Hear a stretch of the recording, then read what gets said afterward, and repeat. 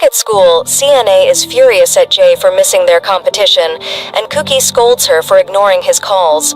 Overwhelmed, Jay snaps, saying she can't always be there for everyone. She locks herself in her room, feeling emotionally drained, but Yuri, ever the kind-hearted one, refuses to leave her alone. He sits beside her and teaches her how to play the guitar.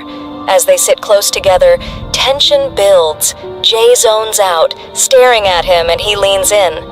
The moment is intense, and it's clear where things are headed. But just then, Kiefer appears, watching them, with a trophy in his hand. Their team won Best Band, and he was about to give the award to Jay, just like he promised. But now, he stands there, frozen, his eyes locked on the scene. Jay panics, realizing she might be cheating on him, at least emotionally. Torn between Yuri and Kiefer, she grabs her bag and flees. Meanwhile, Yuri and Kiefer exchange unreadable glances. A storm is brewing, and it's clear. This love triangle is about to explode. Jay finds herself in a strange place, completely disoriented with no idea what happened to her. Faint memories begin to surface. She recalls that Keiko, the scoundrel, was getting too close to her. The thought shocks her, especially when she realizes her own blood is boiling with anger. Fear creeps in. What if what she remembers is true? She grips her head tightly, pulling at her hair in frustration, trying to recall more details. Then it all starts coming back. After Yuri got close to her and Kiefer saw them together, she had run away. The next day, she went with Felix to the party they had planned to attend. Felix was happy and grateful to her. Because of her, he had returned to playing basketball again. But as soon as they arrived, they felt uneasy. The people there looked strange, their behavior even stranger.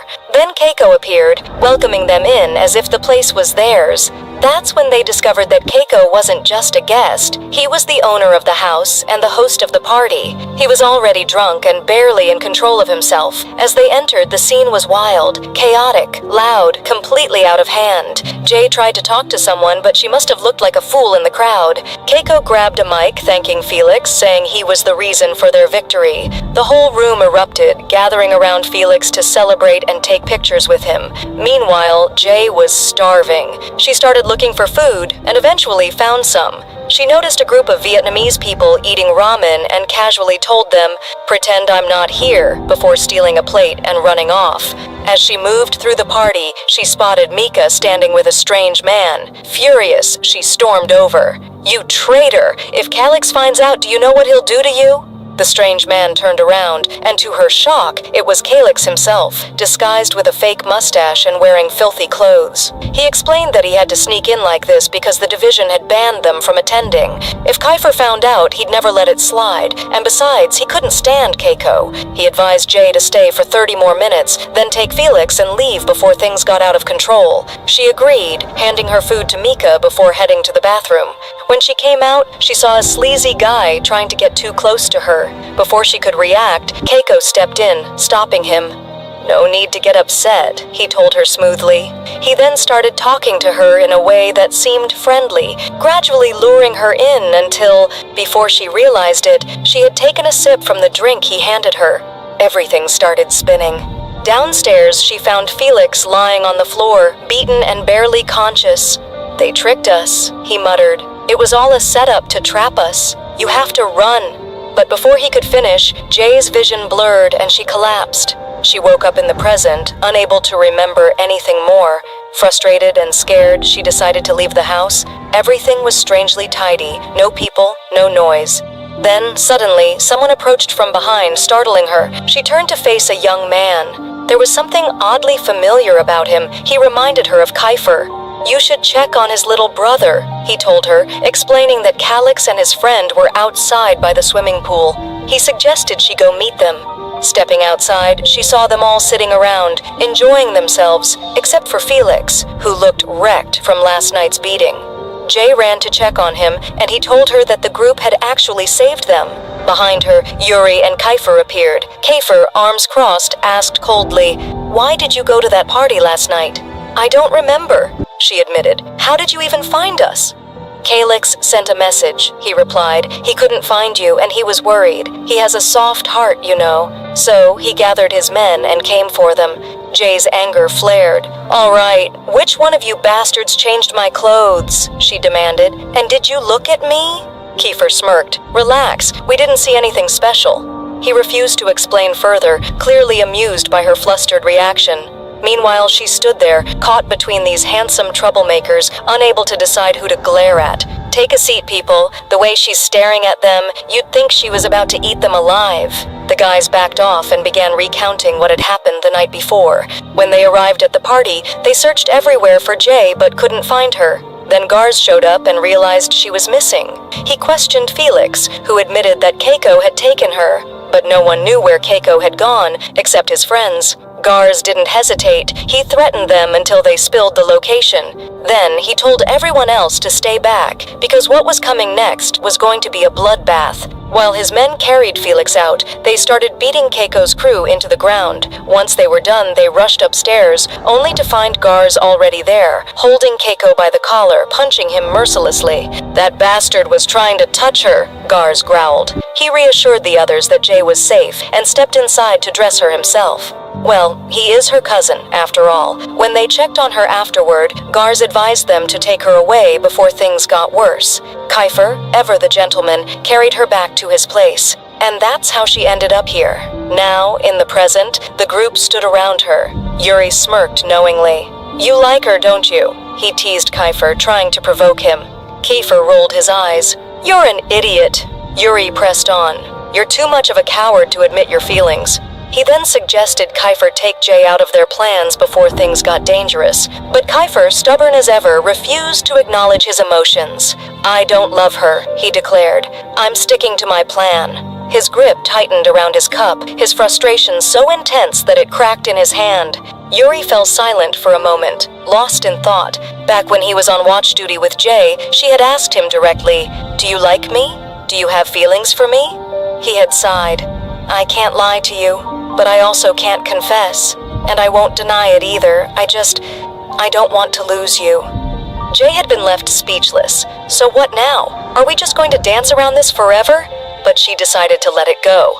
Now, Kiefer was the one sulking, because instead of paying attention to him, Jay was fussing over Felix. Felix, feeling guilty, apologized to her for taking her to the party and causing all this trouble. Jay, ever the kind soul, forgave him. Just then, Kiefer's little brother called them in for breakfast. Everyone went inside, except for Felix, who sat there, waiting for the doctor to check him out.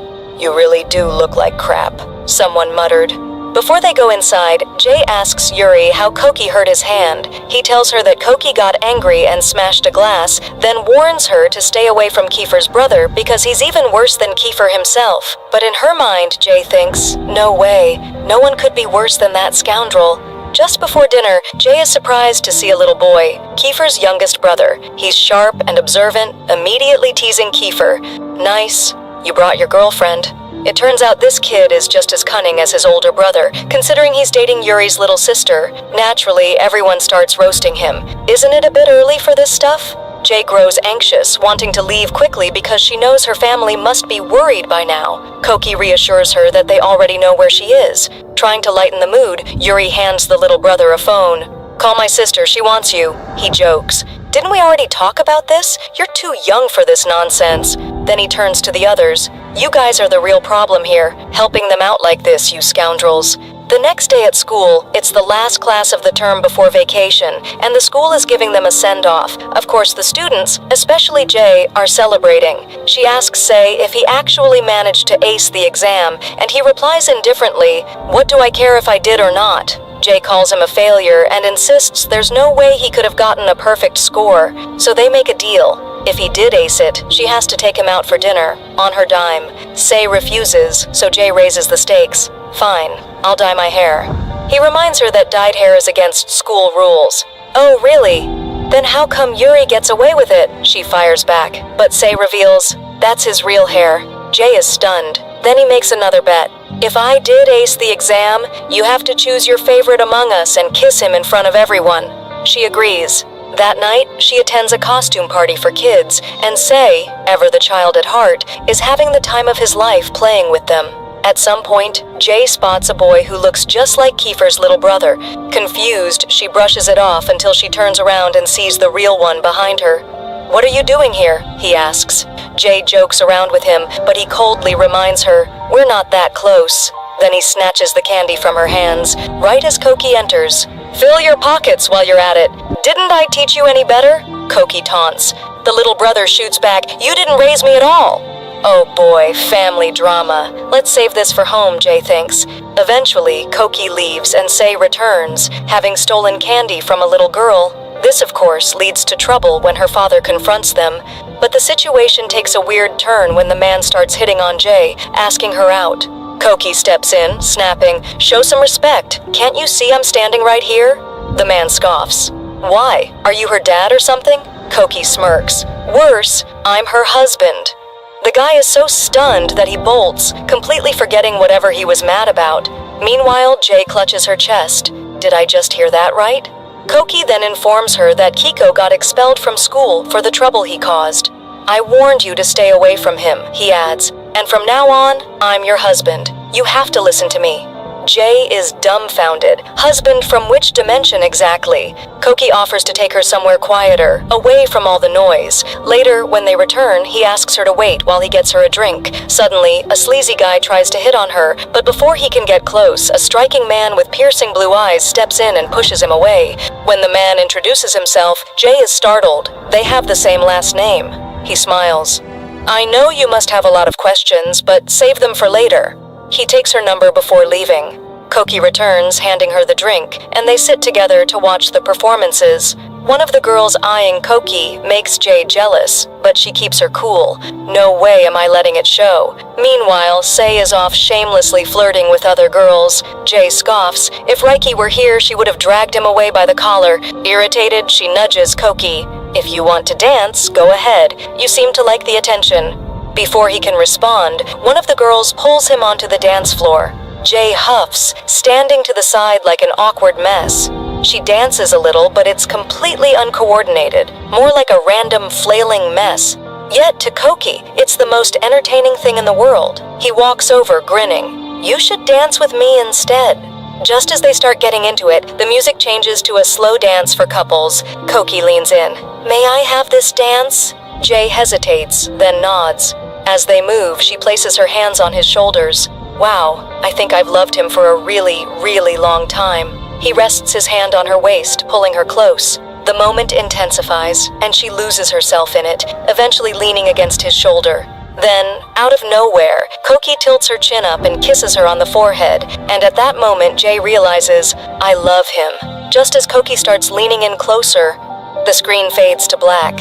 And to make things even worse, the next episode preview reminds us, oh right, Sei actually did ace the exam.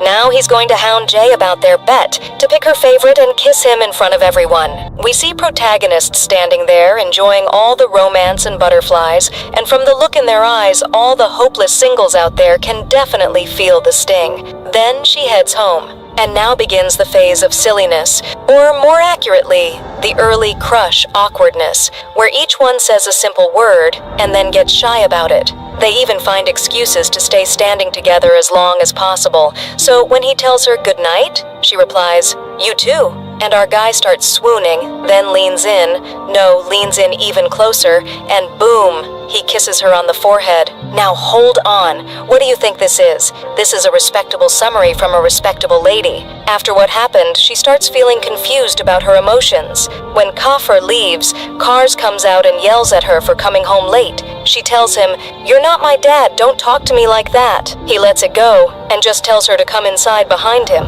But she gets more upset, because to this day, she still doesn't know who her father is. When she goes into her room, she finds a new message from Kaffer checking up on her. She starts jumping on the bed from happiness and sends him a message back, thanking him and wishing him sweet dreams. A couple of seconds later, her hormones start kicking in and she tells herself, "Get it together, girl. Are you seriously getting soft? This isn't our vibe." Then she gets another message, this time from Yuri, who's checking in on her and asking if she has her vacation days planned, but she ignores him. Doesn't even reply. I swear I'm about to throw a slipper at her. Who ignores a red-haired cutie like that? A little later, she gets a third message, and it's like, what is this? An episode from a show or what? The message tells her that they have to meet on Monday after school. Our girl is surprised, and when she asks why, she's told that he has information about her family and her brother. She's even more confused now and doesn't understand anything.